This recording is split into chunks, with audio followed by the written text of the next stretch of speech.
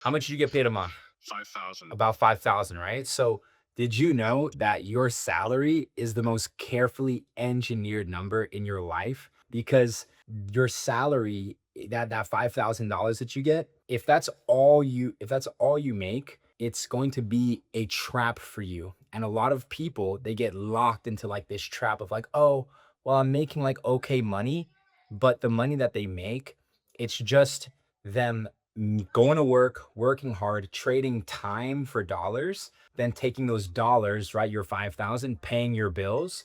And then I'm pretty sure like you can pay all your bills with about 2 or 3,000 a month, right? So then you got like that extra like $2,000 like little room, and like you might have fun, a little bit of fun, save some of it, pay taxes, right? And then you have to go right back to work. So it's like this thing that keeps you on this never ending hamster wheel. And people get comfortable just being on that hamster wheel all their life. A lot of guys like me that was working for like one of the top banks in America.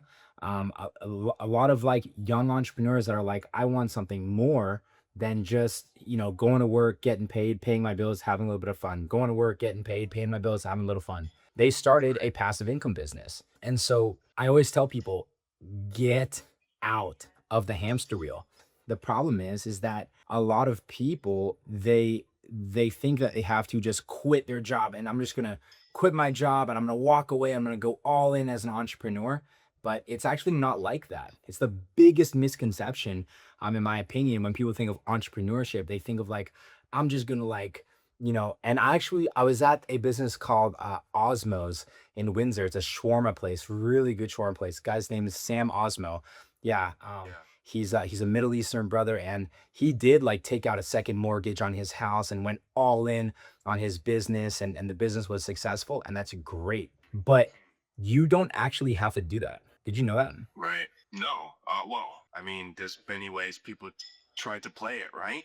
Yeah. Like when I first started my business, I was working at a call center. It was like an American like home insurance, car insurance, and life insurance. And so I asked them to get the shift where I could go in at like 1 o'clock in the afternoon. So I'd work from 1 o'clock in the afternoon to about 8 or 9 p.m. at night. And so I worked my business, right? The credit card business from about 8:30 in the morning to 12. And then I would like drive over there, eat lunch, and then go to work. And so from 8 to 12, I built that passive residual income stream, which eventually ended up paying my monthly bills. And then I like quit and went all in. And then like I tell the stories of how like when I went all in, I just like drove to like Louisiana because I went to college in Louisiana. And then like I was like sleeping out of my car sometimes and just driving all over talking to merchants. And I built my business quickly.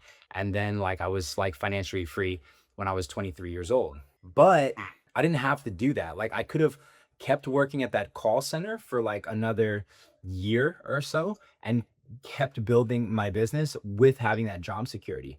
So like a lot of people think I have to jump off a cliff, I have to jump off a bridge to become an entrepreneur. Like no, like there's a famous saying in the business, and that is, you build your job from 9 to 5, but you build your life from 5 to 9. That's what it is. And so like there's so many side hustles out there. I'm not saying like payment processing is like the best side hustle in the world, because um based on your own self-awareness, it might not be the best for you. It might not be like the perfect side hustle for you.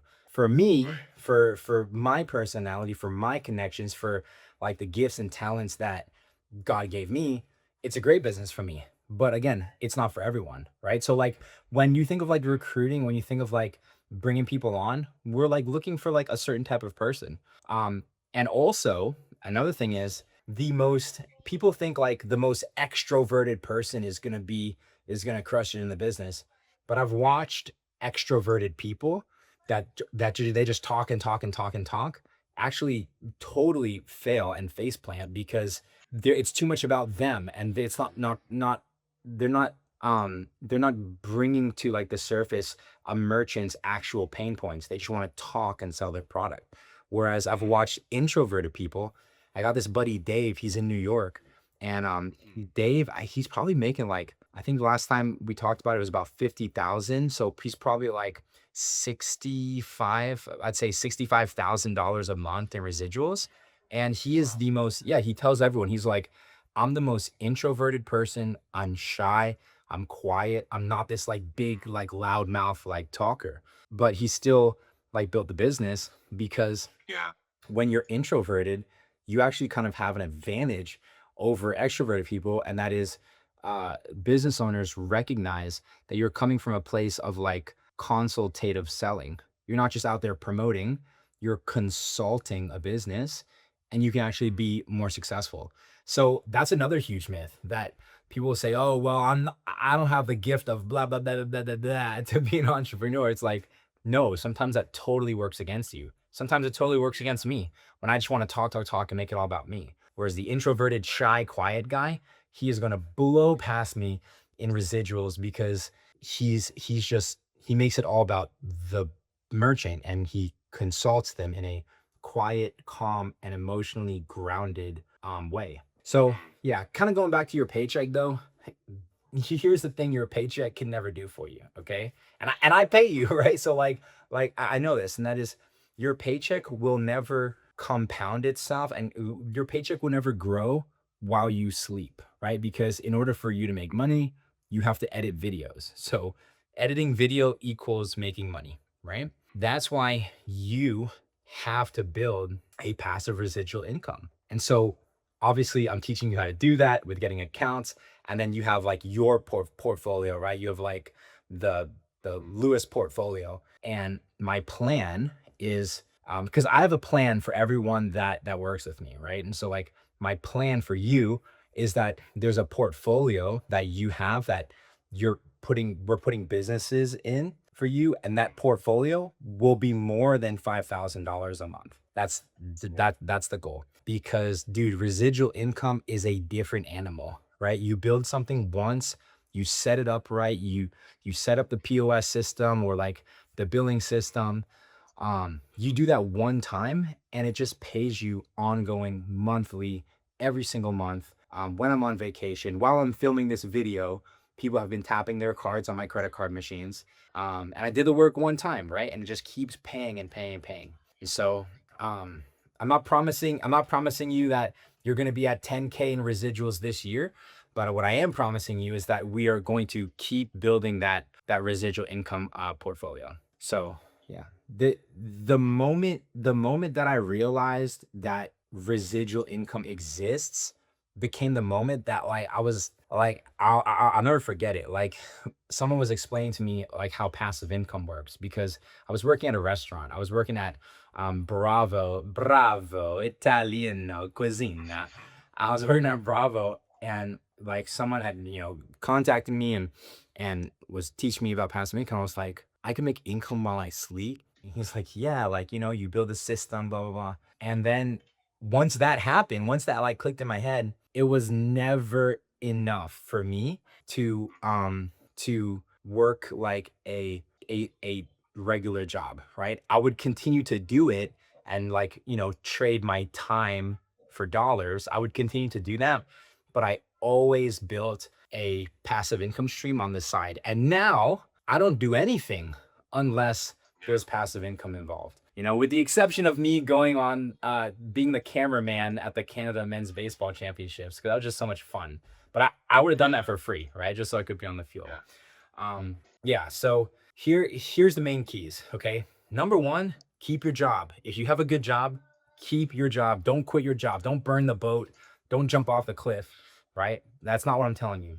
What I'm telling you is that you should build your passive income stream. You should build that at the same time as you have in your job. You should kind of like figure out like I have this guy in Texas. He's like, dude, I work at this call center and I work 5 days a week. He's like, but he's like, I can work on Saturday and have 2 days off. Like I get Sunday off, so I can go to church, and then I can have a day off during the week.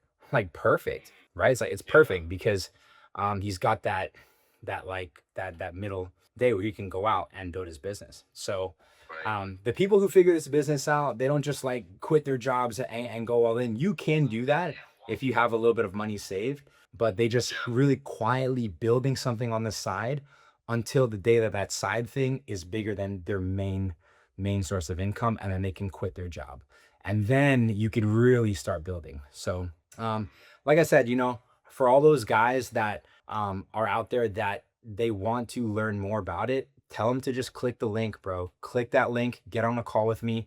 I'll be driving down the road. I'll take the call. We want to help young aspiring entrepreneurs, and that's what we're gonna do. So Man, amen. so yeah, bro. That's kind of my thought of the day. And I'll shoot it over to you later on Dropbox. Amazing. Yeah, bro. All right, call you later. Yeah, I love you, bro. I love you, buddy. Bye.